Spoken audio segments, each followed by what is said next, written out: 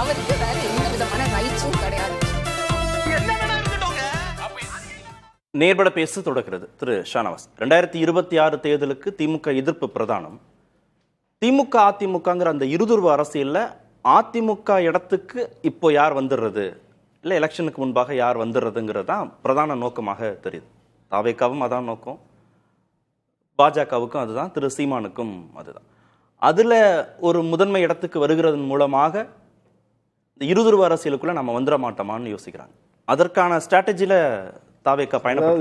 அதாவதுங்க, பாஜக அல்லாத அதிமுக போன்ற ஒரு கட்சி திமுக எதிர்ப்பை தீவிரப்படுத்தணுங்கிறது தான் எங்களுடைய விருப்பமும். நீங்கள் இப்போ திமுக ஆட்சியின் மீது குறைகள் குற்றங்கள் சொல்லி களத்துக்கு வர்றது திமுகவுடைய கூட்டணி கட்சிகளாக தான் இருக்கும். நாங்கள் நடத்தின அவ்வளவு போராட்டங்களை நான் பட்டியல் போட்டு சொல்ல முடியும். சட்டமன்றத்தில் நாங்கள் எதிர்ப்பு தெரிவித்து வெளிநடப்பு பண்ண பதிவுகள் இருக்குது. நாங்கள் சொல்லி பின்வாங்கப்பட்ட சட்டங்கள் இருக்குது. அதெல்லாம் அதிமுக செய்யலை, மற்ற எந்த எதிர்கட்சியும் செய்யலை. அந்த இடத்தை தான் அண்ணாமலை பிடிச்சிக்கிட்டு என்ன பண்ணார்னா தீவிரமான திமுக எதிர் அரசியலை தன்னை நோக்கி திருப்பினார். அந்த இடத்துல எதிர்கட்சி பாஜகன்னு சொன்னார். அது ஏன்னா அதிமுகவுடைய செயலின்மையால். அப்போ விஜய் கட்சி தொடங்குறாருன்னு சொன்னோன்னா நான்லாம் ஒரு பேட்டி கொடுத்துருக்குறேன், விகடனில் வந்திருக்குது.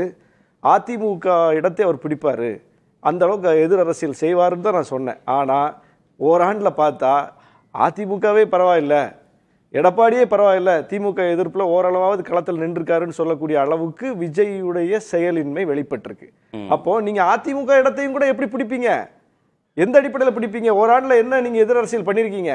திமுக எதிர் அரசியலை கூட நீங்க செய்யல. அப்புறம் இவங்க எடுத்த எடுப்புலையே 77, 67, அப்புறம் விஜயகாந்த் களத்துக்கு வந்ததையெல்லாம் சொல்லிக்கிட்டே இருக்காங்க. சினிமாவில் இருந்து வந்த எம்ஜிஆர் ஜெயிக்கலையா, சினிமாவில் இருந்து வந்த விஜயகாந்த் எதிர்கட்சி தலைவராக இல்லையா, 67 அண்ணா ஒரு மிகப்பெரிய தாக்கத்தை ஏற்படுத்தல. அதுக்கெல்லாம் எவ்வளோ பெரிய ட்ராக் இருக்குன்னு பாருங்க. திமுக கட்சி தொடங்கி ஒரு 10 ஆண்டுகளுக்கு மேலாக அவங்க தேர்தல் அரசியலுக்கு வந்த பிறகும் கூட தேர்தலில் போட்டியிடாம கள அரசியல் பண்ணாங்க. 57 தேர்தலில் நின்று 15 இடம் ஜெயிச்சாங்க, 62 தேர்தலில் 50 இடம் ஜெயிச்சாங்க. 67 தேர்தலில் 7 கட்சி கூட்டணி அமைத்து எப்படிப்பட்ட கட்சிகள் எல்லாம், எவ்வளவு பெரிய தலைவர்கள், ராஜாஜி, காகிதம் இல்லத்து, மாப்போசி, ஆதித்தனார், இடதுசாரிகள்னு ஒரு மிகப்பெரிய ஜம்போ அலைன்ஸ், மெகா அலைன்ஸ். அதை பண்ணது மட்டுமில்லை, அதற்கு களமாக மொழி போராட்டம் இருந்துச்சு. அன்னைக்கு இருந்த அரிசி பஞ்சம் இதெல்லாம் இருந்துச்சு. அப்போ அந்த சூழலும் அரசியல் கொதிநிலையும் கூட்டணியும் அதற்கு முன்னால் ஒரு 20 ஆண்டு கால தீவிர அரசியல் பயணமும் சாதகமா மாறிச்சு. 77 எம்ஜிஆர் எப்படி ஜெயிச்சாரு? 77 ஜெயிச்சாரு. எம்ஜிஆர் மாவட்ட செயலரானது யாரு? எம்ஜிஆருடைய 2 பக்கமும் இருந்த நிர்வாகிகள் யாரு? திமுக சட்டமன்ற உறுப்பினர் இருந்தவங்க, அமைச்சராக இருந்தவங்க, முக்கியமான நிர்வாகிகள். அந்த கட்சியில 25 ஆண்டு காலமாக செயல்பட்ட செயல் வீரர்கள். அவங்களை கொண்டு வந்து ஒரு கட்சியை தொடங்கி வச்சுட்டு இடைத்தேர்தலை சந்திச்சார். நீங்க இடைத்தேர்தலை சந்திச்சீங்களா? நீங்க மாநாடு நடத்தின விக்கிரவாண்டியில தேர்தலை சந்திச்சீங்களா? இடைத்தேர்தலை சந்திச்சு தானே தன் பக்கம் எம்ஜிஆர் தன் பார்வையை திருப்பினாரு. எல்லா கட்சியும் அவர் அப்பவும் கூட்டணி வச்சார். அவரு அப்பவும் அந்த 77 தேர்தலில் கூட திமுக தனியா நின்னது, எம்ஜிஆர் தனியா நின்னாரா சொல்லுங்க? விஜயகாந்த் எப்படி வந்தாரு? அதனாலேயே தாவேக்காவுக்கு ஒரு பெரிய கூட்டணி கட்டமைக்க முடியாமலே போயிரும் இருக்கா? அதெல்லாம் சொல்றதுனால அதெல்லாம் நீங்க சொல்றது இல்லன்னு சொல்றோம். 67 நீங்க சொல்றது கிடையாது. 77 உங்க களம் வேறு, இந்த களம். விஜயகாந்தே உங்க ரோல் மாடல் கிடையாது. அவர் 2 கட்சி தீவிரமா எதிர்த்தாரு, களத்துக்கு போனாரு. முதல் தேர்தலில் அவர் நின்னாரு. அவர் கட்சி தொடங்கி வச்சுட்டு 5 தேர்தலுக்கு சும்மா இல்ல, கட்சி தொடங்கின உடனே அந்த தேர்தல் அவர் நின்னாரா இல்லையா? சட்டமன்ற உறுப்பினர் ஆனாரா இல்லையா? 2வது தேர்தலில் உள்ளாட்சி தேர்தலில் இருந்து அவங்க போட்டி போட்டாங்க. உள்ளாட்சி நாடாளுமன்ற தேர்தலில் 2009 12 விழுக்காடு ஓட்டு வாங்கினாரு. அதுக்கப்புறம் தான் அவர் போய் அதிமுக கூட்டணி சேர்ந்தாரு. அதோட முடிஞ்சது. அப்போ நீங்க பிரசாந்த் கிஷோர் கையெழுத்து போடலன்னு அவர் அந்த கட்சியை சேர்ந்தவர் இல்ல, அவர் ஏன் மேடை ஏற்றினாரும் கேட்கிறாரு. நான் கேட்கிறேன், 1949 ஃபார்ம் பண்ண கட்சி திமுக, 2வது ஓல்டஸ்ட் ரீஜனல் பார்ட்டி. அவங்க இந்த ஸ்ட்ராட்டஜிஸ்ட் ஃபர்ஸ்ட் ஹையர் பண்ணாங்க 2021க்கு. அவங்களுக்கு தான் எல்லா இன்ஃப்ராஸ்ட்ரக்சரும் இருக்குது. அப்புறம் நீங்க களம் மாறிடுச்சு. 67 77 இருந்தது, இப்ப கிடையாது. அண்ணா மாதிரி உங்களுக்கு ஐடியாலஜிக்கல் பேஸ் இப்ப எந்த கட்சிக்குமே கிடையாது. இந்தியாவிலே எந்த கட்சிக்கு கிடையாது. சந்திரபாபு நாயுடுக்கு கிடையாது, அகிலேஷ் யாதவுக்கு கிடையாது.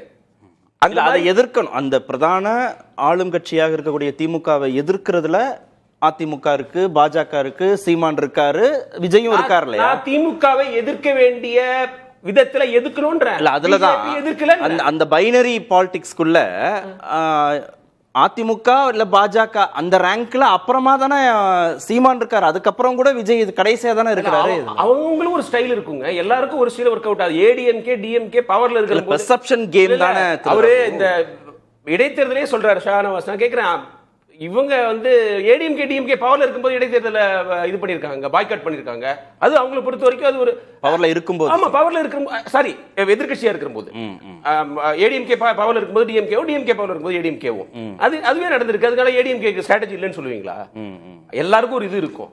நான் இன்னொன்னு என்ன சொல்றேன், மெயினா ஒரே ஒரு என்னன்னா ஒரு பெர்செப்ஷன். இது திமுகவை யார் வலுவா எதுக்குறா அவங்களுக்கு ஓட்டு போடுவோம், அதான 26, அதான அப்படித்தானே ஒரு பெர்செப்ஷன் உருவாகும் மக்கள்கிட்ட, வாக்காளர்கள்ட்ட. அப்போ அதிமுக இருக்கு, எதிர்த்துட்டு இருக்காங்க. பாஜக திரு அண்ணாமலை ரொம்ப வீரியமா எதிர்க்கிறாரு, திரு சீமான் அதை விட வீரியமா எதிர்க்கிறாரு.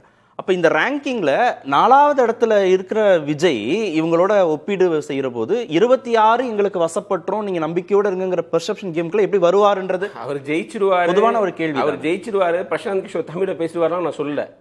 என்னை பொறுத்த வரைக்கும் பத்திரிகையாளரா இருந்தா மத்தியில் இருக்கிற கட்சியும் கேள்வி கேட்கணும், மாநிலத்தில் இருக்கிற கட்சியும் கேள்வி கேட்கணும். செலக்டிவா ஒரே ஒரு கட்சி கேட்கறது பத்திரிகையாளர் கிடையாது. ஸ்பீக்கிங் ட்ரூத் டு பவர்ங்கிறதா என்னுடைய பத்திரிகையாளரோட டெஃபினிஷன். தர்மத்துல அது இருக்கு. இப்படி ஸ்பீக்கிங் ஆளுங்கட்சிகளை ஸ்பீக்கிங் ட்ரூத் டு பவர் தான் ஜெர்னலிசம். அது உங்களுக்கு வேற டெஃபினிஷன் இருக்கலாம் சார். என்னோட டெஃபினிஷன் தான் சார். பத்திரிகையாளர் அப்படிங்கறது ஜெனரலா சொல்றீங்க. என்னோட சார் உங்களுக்கு ஒரு philosophy இருக்கு, எனக்கு ஒரு philosophy இருக்கு. உங்களுக்கு நீங்க வச்சுக்கங்க சார். மத்தவங்க எல்லாரும் பேசுறாங்க சொன்னா பரவாயில்லை. ஆளுங்கட்சியை பேசுறது ஸ்பீக்கிங் ட்ரூத் டு பவர், அது ஸ்டேட்டா இருக்கட்டும் சென்ட்ரலா இருக்கட்டும். நான் விஜய் வந்து எப்படி பண்ணட்டும் இத சொல்லுங்க. ஸ்பீக்கிங் ட்ரூத் டு பவர் சொல்லுங்க. அதான் ஆளுங்கட்சியை எதிர்க்கணும்னு எப்படி சொல்றீங்க? அதான் சார் பவர். பவர்ஃபுல்லா இருக்கவங்க தான் சார் வந்து எதிர்க்கிறது இல்ல சார். ஆட்சியில இருக்கவங்க சார் பவர். எதிர்க்கிறது இல்ல சார். ஆட்சியில இருக்கவங்க சார் பவர். உண்மையை சொல்றேன். அது இல்ல உண்மை அதுதான் சொல்றேன். பவர் கிட்ட பேசுறோம். இடைவேளை பவர் இல்ல. நான் என்ன கேக்குறேன், வர இடைவேளைக்கு வந்து இல்ல விஜய் எப்படி திமுக வெறுக்கிறோம்னா இல்ல சார் நீங்க பிராண்ட் பண்ணாதீங்க சார். திமுக நீங்க எப்படி ஆதரிச்சு பேசுறீங்களோ எதிர்த்து பேசுறீங்க. இல்ல ரகு நான் நிறைய நேரம் இதுல உங்களுக்கு என்ன கோவம்? இல்ல முதல் சுற்றுல நான் நிறைய நேரம் கொடுத்திருக்கேன். இடைவேளைக்கு தியரி சொல்றீங்களா? என்னோட தியரி சார். உங்க தியரில சொல்லுங்க. உங்க தியரி வேற, எல்லாருக்கும் தெரியும். நீங்க அப்படி சொல்லல சார். என்ன ஜெர்னலிஸ்ட் என்ன? I am speaking for myself sir. உங்க தியரி நீங்க வச்சுங்க சார். சரி நான் இடைவேளைக்கு போறேன்.